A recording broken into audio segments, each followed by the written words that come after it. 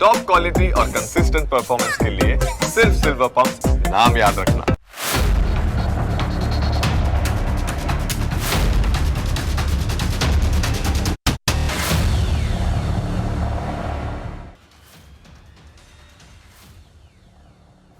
નમસ્કાર, હું Janak Dave. Full stop news analysis પ્રોગ્રામમાં આપનું સ્વાગત છે.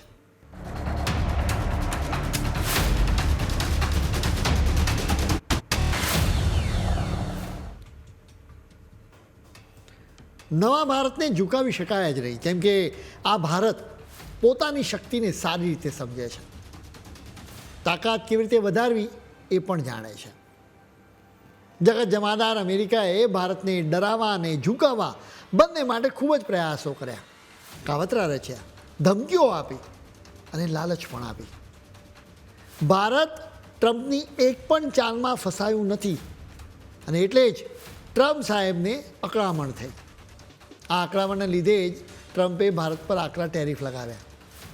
હવે ટ્રમ્પને ખુશ કરવા માટે બીજા એક દેશે પણ ભારત પર ટેરિફ લગાવ્યા છે. અમેરિકાની દેખાદેખીમાં મેક્સિકોએ પણ ટેરિફની રમત રમી છે. મેક્સિકોએ ભારત, ચીન અને બીજા અનેક એશિયન દેશો પર આકરા ટેરિફની ઘોષણા કરી છે. 50% સુધીના ટેરિફ લગાવવામાં આવ્યા છે. આવતા વર્ષથી એને વસૂલવામાં પણ આવશે. વધારે ટેરિફ વસૂલવા માટેનું બિલ બુધવારે મેક્સિકોની સંસદમાંથી પસાર થઈ ગયું. એની તરફેણમાં 76 મત પડ્યા હતા. માત્ર 5 લોકોએ જ એનો વિરોધ કર્યો હતો, જ્યારે 35 ગેરહાજર રહ્યા હતા. એટલે કે એમ કહી શકાય કે મેક્સિકોમાં 76ની સામે 40 સંસદ સભ્યોને તો ભારત સાથેના સંબંધોની કદર છે. લગભગ 1400 વસ્તુઓ પરની ઇમ્પોર્ટ ડ્યુટી વધારવામાં આવી છે.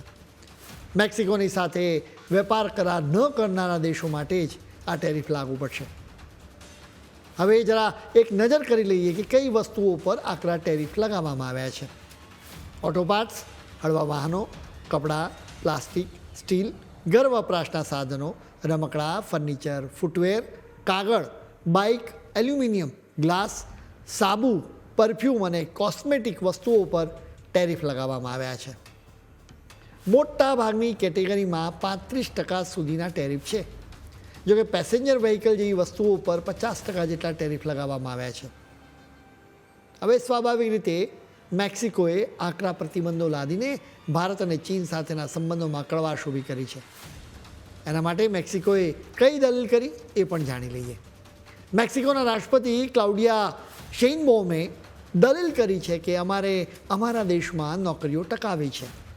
એટલે કે તેમનો કહેવાનો અર્થ એ છે કે જો બીજા દેશોમાંથી આવતી વસ્તુઓ પર આકરા ટેરિફ લગાવીએ તો એ વસ્તુઓ મોંઘી થઈ જાય.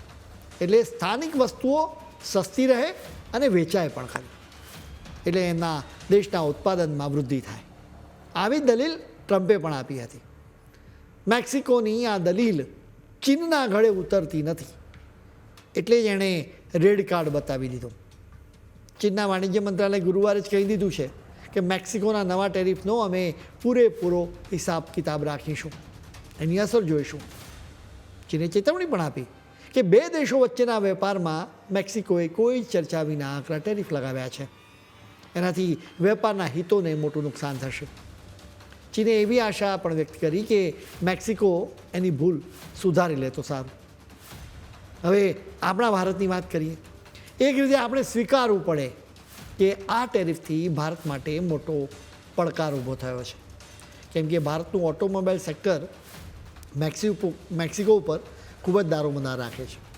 દક્ષિણ આફ્રિકા અને સાઉદી અરેબિયા પછી ભારત સૌથી વધુ વાહનોની નિકાસ મેક્સિકોમાં જ કરે છે. હવે મેક્સિકોએ પેસેન્જર કાર્સ પરની ડ્યુટી 20%થી વધારીને સીધી 50% કરી દીધી છે, જેનાથી ફોક્સવેગન, હ્યુન્ડાઈ, નિશાન અને મારુતિ સુઝુકીની સીધી અસર થશે. તમારે એ ન ભૂલવું જોઈએ કે અનેક ઓટો કંપનીઓના પ્લાન્ટ્સ આપણા ગુજરાતમાં પણ છે, એટલે સીધી અસર અહીં થઈ શકે છે. હવે ઇન્ટરનેશનલ ન્યૂઝ એજન્સી રોયટર્સે એક રિપોર્ટમાં લખ્યું કે ભારતની ઓટો કંપનીઓએ આ ટેરિફ વધારો અટકાવવા માટે ખૂબ જ લોબિંગ કર્યું હતું. આ રિપોર્ટ મુજબ સોસાયટી ઓફ ઇન્ડિયન ઓટોમોબાઇલ્સ મેન્યુફેક્ચરર્સે ભારતના વાણિજ્ય મંત્રાલયને અપીલ પણ કરી હતી કે તમે કંઈક હસ્તક્ષેપ કરો. ઓટો કંપનીઓના આ સંગઠને ચોખ્ખી વાત કરી હતી કે મેડ ઇન ઇન્ડિયા વાહનોથી મેક્સિકોની લોકલ ઇન્ડસ્ટ્રીને કોઈ જોખમ નથી, કેમ કે મેક્સિકો તો મોંઘીદાટ કારો બનાવે છે. ટેરિફથી આખો બિઝનેસ ઠપ થઈ શકે છે. આવી અસરો મેક્સિકોના રાષ્ટ્રપતિ સારી રીતે સમજે પણ છે. એમ છતાં તેમણે આકરા ટેરિફ લગાવ્યા. તમે એ સમય યાદ કરો કે જ્યારે અમેરિકાએ મેક્સિકો પર આકરા ટેરિફ લગાવ્યા હતા, ત્યારે એની નીતિનો મેક્સિકોના રાષ્ટ્રપતિએ વિરોધ કર્યો હતો. એ સમયે ક્લાઉડિયાએ ટ્રમ્પને કહ્યું હતું કે આ તમે વ્યાજબી કર્યું નથી.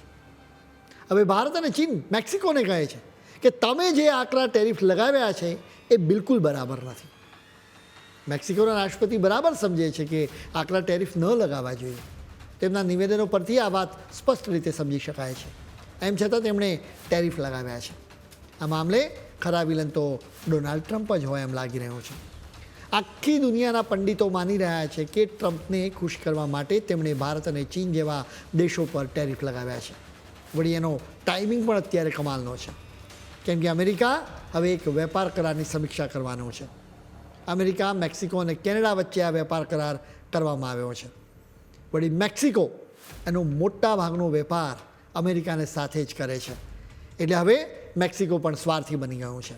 એના રાષ્ટ્રપતિ સમજી ગયા છે કે એક વખત ટ્રમ્પને તમે ખુશ કરો એટલે તેઓ મહેરબાન થઈ જાય છે, એટલે તેઓ ફાયદો કરાવે છે, ટેરિફ ફંડ ઘટાડી દે છે. એટલે તેમને ખુશ કરવા માટે જ મેક્સિકોએ ભારત પર ટેરિફ લગાવ્યા છે. કેમ કે મેક્સિકો સારી રીતે જાણે છે કે ટ્રમ્પ અત્યારે ભારત અને ચીન પર પ્રેશર કરી રહ્યા છે. મેક્સિકોએ ટેરિફ લગાવીને એક રીતે ટ્રમ્પને મદદ પણ કરી છે. મેક્સિકોના રાષ્ટ્રપતિ ટ્રમ્પની દાદાગીરી સામે ઝૂકી ગયા હોય એમ સ્પષ્ટ દેખાય છે. છેલ્લા કેટલાક સમયથી આ બંને દેશો વચ્ચે અત્યંત તણાવની સ્થિતિ હતી. મેક્સિકોએ આ વર્ષની શરૂઆતમાં ચીનના માલસામાન પર વેરા વધાર્યા હતા. એમ છતાં ટ્રમ્પ એનાથી ખુશ થયા નથી. તેઓ મેક્સિકોની સરકારની ઝાટકની જ કાઢતા રહ્યા હતા. છેલ્લા કેટલાક અઠવાડિયાથી તમે ટ્રમ્પના નિવેદનો પણ જુઓ. તેઓ મેક્સિકોમાંથી સ્ટીલ અને એલ્યુમિનિયમની આયાત પર 50% ડ્યુટી લાદવાની ધમકી આપી રહ્યા છે. એટલું જ નહીં, તેઓ ડ્રગ્સના લીધે વધારાનો 25% વેરો લાદવાની પણ ધમકી આપી રહ્યા છે. ટ્રમ્પ કહે છે કે મેક્સિકોમાંથી ડ્રગ્સ અમેરિકામાં ઘૂસી રહ્યું છે. મૂળ વાત એ છે કે ટ્રમ્પ જુદા જુદા બહાને મેક્સિકોનો હાથ મરડવાની કોશિશ કરે છે. તેઓ એક રીતે આખી સિન્ડિકેટ ઊભી કરી રહ્યા છે. તેમણે જોયું કે ભારત, બ્રાઝિલ અને રશિયા જેવા દેશો તો ટસના મસ થતા જ નથી.